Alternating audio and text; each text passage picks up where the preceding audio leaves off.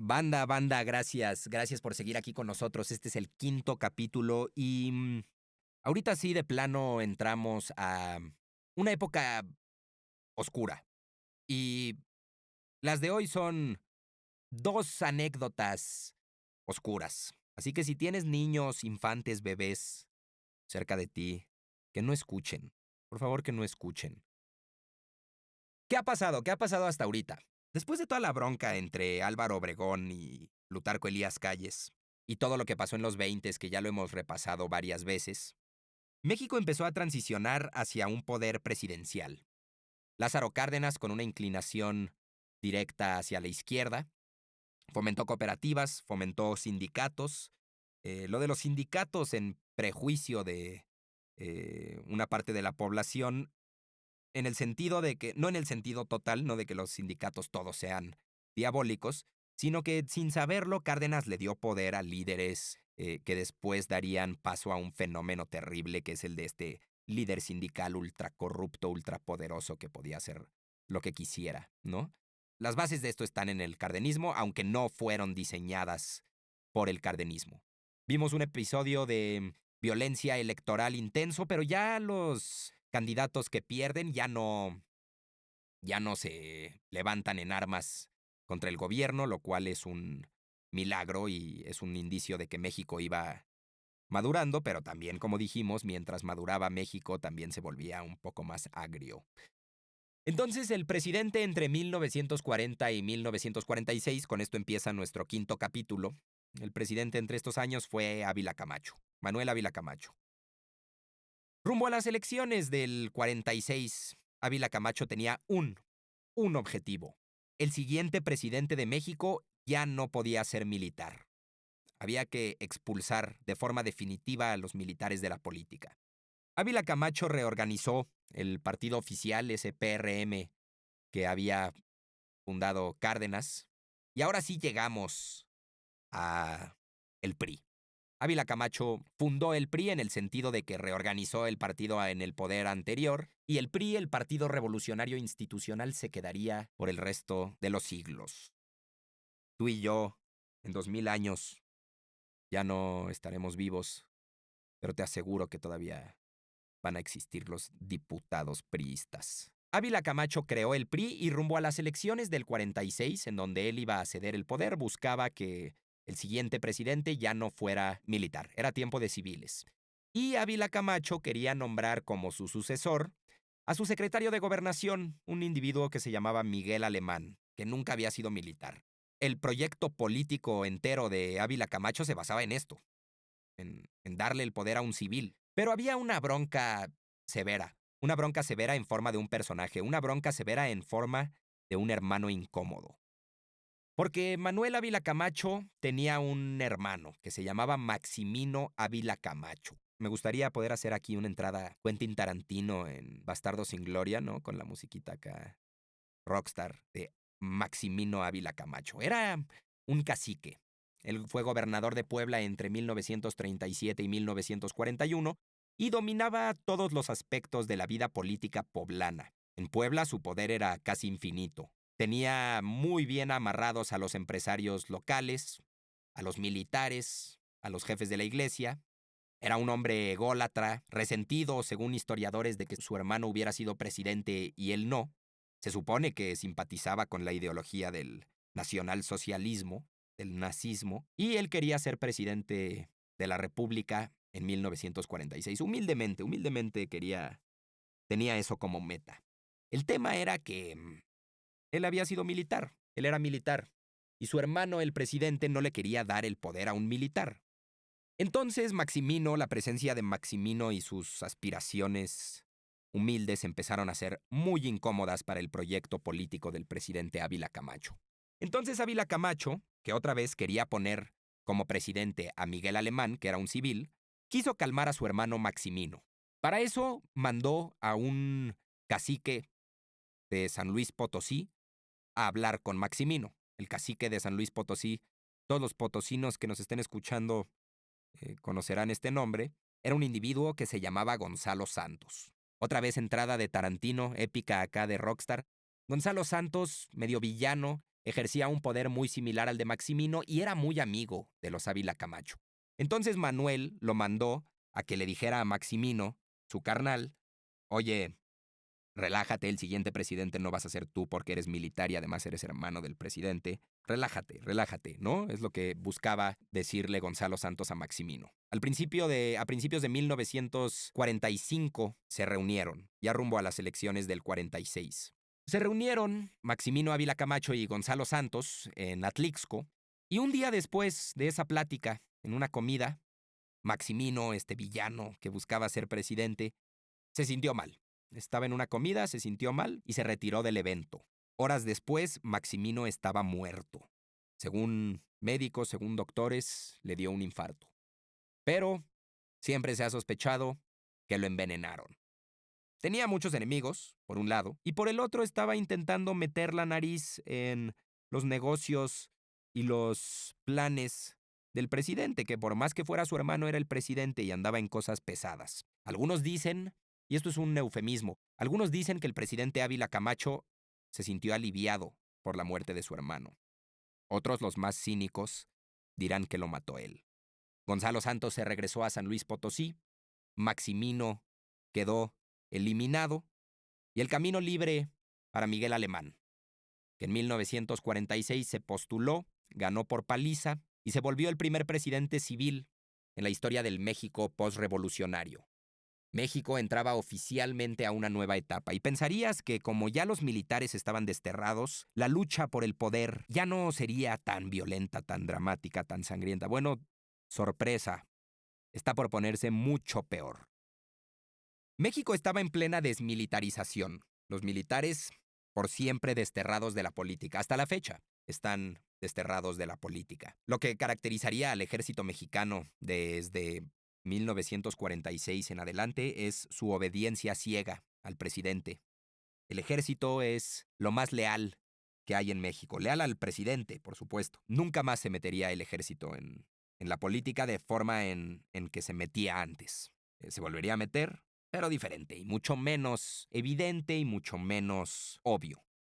Y ahora le metemos un poco el acelerador para contarte la historia de unas elecciones oscuras de las que nunca te han platicado en la escuela, pero debieron platicarte. El PRI estaba en pleno esplendor en términos de el poder que había logrado amasar. Esta es la época dorada del PRI. Pero el sexenio de Miguel Alemán, que fue del 46 al 52, causó mucha polarización y causó mucho descontento popular. México vivía un excelente momento económico, el milagro mexicano, el famoso milagro mexicano. La economía de nuestro país tendía a ser una potencia, literalmente una potencia mundial. Pero el gobierno de Miguel Alemán no logró distribuir esa riqueza de forma adecuada, mismo problema que no se resolvería en los siguientes 70 años tampoco. Y empezó a crecer y a consolidarse más la oposición, lo cual para fines prácticos de la lucha por el poder significa que esto se está calentando. Llegamos a las elecciones de 1952 en las que Miguel Alemán cedería el poder. Y vemos que había una oposición sólida que empezaba a recibir bastante apoyo. Ese cuento de que, todos los que antes estaban en el PRI porque no habían otros partidos, no es real. Ya para entonces existía el PAN y no necesariamente era un partido menor. Existía el Partido Popular, que tampoco era necesariamente un partido satélite, y existían otros partidos también. El candidato opositor más efectivo, ya estamos situados en las elecciones, en las campañas hacia el poder en 1952, el candidato opositor más efectivo era un tipo que se llamaba Miguel Enríquez Guzmán.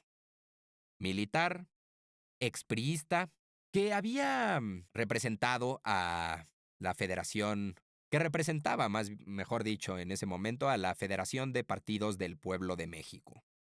Él, un dato interesante, Miguel Enríquez Guzmán recibió apoyo indirecto y secreto del expresidente Lázaro Cárdenas. El candidato priista era Adolfo Ruiz Cortines. El PRI, con el poder político por el mango, gobernaba todos los estados, tenía dominados todos los aspectos de la vida política. Las campañas empezaron en agosto de 1951. Y por un año entero, el candidato opositor, Enríquez Guzmán, con Lázaro Cárdenas en su esquina, hizo una campaña muy parecida a la que había hecho Cárdenas. Recorrió todo el país, fue ampliando su base y se le empezó a identificar por lo mismo, por tener una campaña muy grande, muy intensa, se le empezó a identificar como un potencial peligro para el PRI. Pero el PRI no iba a soltar el poder así como así. Llegaron las elecciones, julio de 1952. Se dice que hubo irregularidades en la elaboración del padrón. Se dice que la selección de funcionarios de casilla y la ubicación de esas casillas estuvo amañada, que en general hubo mucho chanchullo. Y miles de soldados y policías vigilaron el proceso electoral. Ruiz Cortines del PRI ganó por paliza. Más del 70% de los votos, que hoy en día sería una cantidad ridícula. En ese momento, de hecho, era menos de lo que se esperaba de un candidato priista. Y este candidato opositor, Enríquez Guzmán, que como te decía había tenido mucho éxito durante las elecciones, de inmediato acusó fraude. El lunes 7 de julio, un día después de las elecciones, la gente de Enríquez Guzmán convocó a una marcha en la Alameda Central en la Ciudad de México. Era una marcha pacífica para desacreditar la victoria del priista Ruiz Cortines y denunciar el fraude, el supuesto fraude. Al evento, los organizadores, Enríquez Guzmán y los suyos, le llamaron la Fiesta de la Victoria. Enríquez Guzmán y su gente fueron llegando al punto de reunión, acusaban fraude, cantaban todo lo que pasa en una marcha política, y la mayoría de los integrantes eran campesinos, eran estudiantes, eran obreros, había mujeres, había hombres, había niños. Cuando menos se lo esperaban, la gente de Enríquez Guzmán, avanzando por la Alameda, cantando lo que cantaban, escuchó los truenos del ejército disparando contra ellos.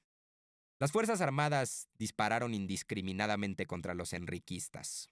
Echaron gas lacrimógeno, repartieron golpes, participó también la policía, participó la policía secreta, participaron grupos paramilitares y de choque. Un evento que duró horas, una represión grande en la plaza pública, en plena capital, y según la CNDH, en lo que después sería llamado la masacre de la Alameda de 1952, murieron cerca de 200 personas, lo cual es un número extravagante.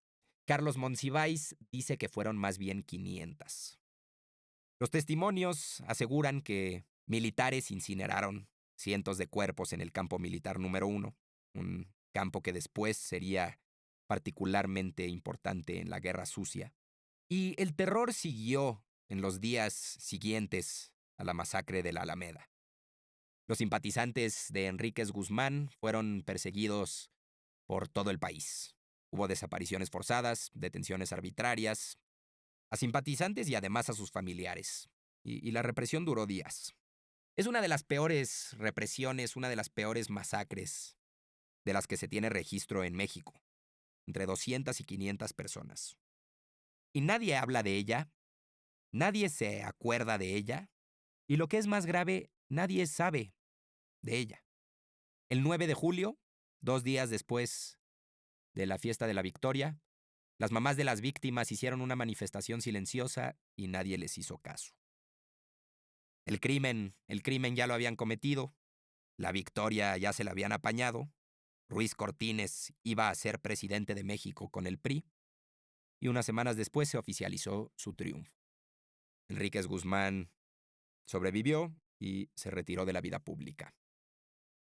A veces nos preguntamos, ¿cómo llegamos a esto que tenemos hoy en día, a este México actual? Bueno, así llegamos, con este tipo de eventos, con este tipo de manifestaciones de las autoridades, del poder político, de los grandes cotos del poder, de los grandes personajes. Así actuaban, así actúan, así han actuado las autoridades en México. No nada más eh, por años, por décadas y probablemente en la actualidad también. No nada más mataban, sino que silenciaban, aventaban al olvido. ¿Cómo llegamos a un país en donde matan a una persona cada 15, 16 minutos? Así llegamos, ¿no? Con suficientes historias de estas, con suficientes crímenes de estos cometidos por el poder. ¿Qué habría podido ser diferente en la historia de México para que no pasara esto. Sin calles, ¿habría pasado esto? ¿Con calles, habría pasado esto? Te pregunto, te pregunto. Lo triste es que no estamos ni de cerca en terminar de contar las tragedias que han rodeado la lucha de los políticos por volverse más poderosos. El afán, las ganas de enriquecerse, de beneficiarse, en muchos sentidos, terminan llevándose por las piernas a la gente inocente, al campesino, al estudiante, al joven. Y bueno, ahí lo dejamos. Nos vemos en el próximo capítulo. Gracias.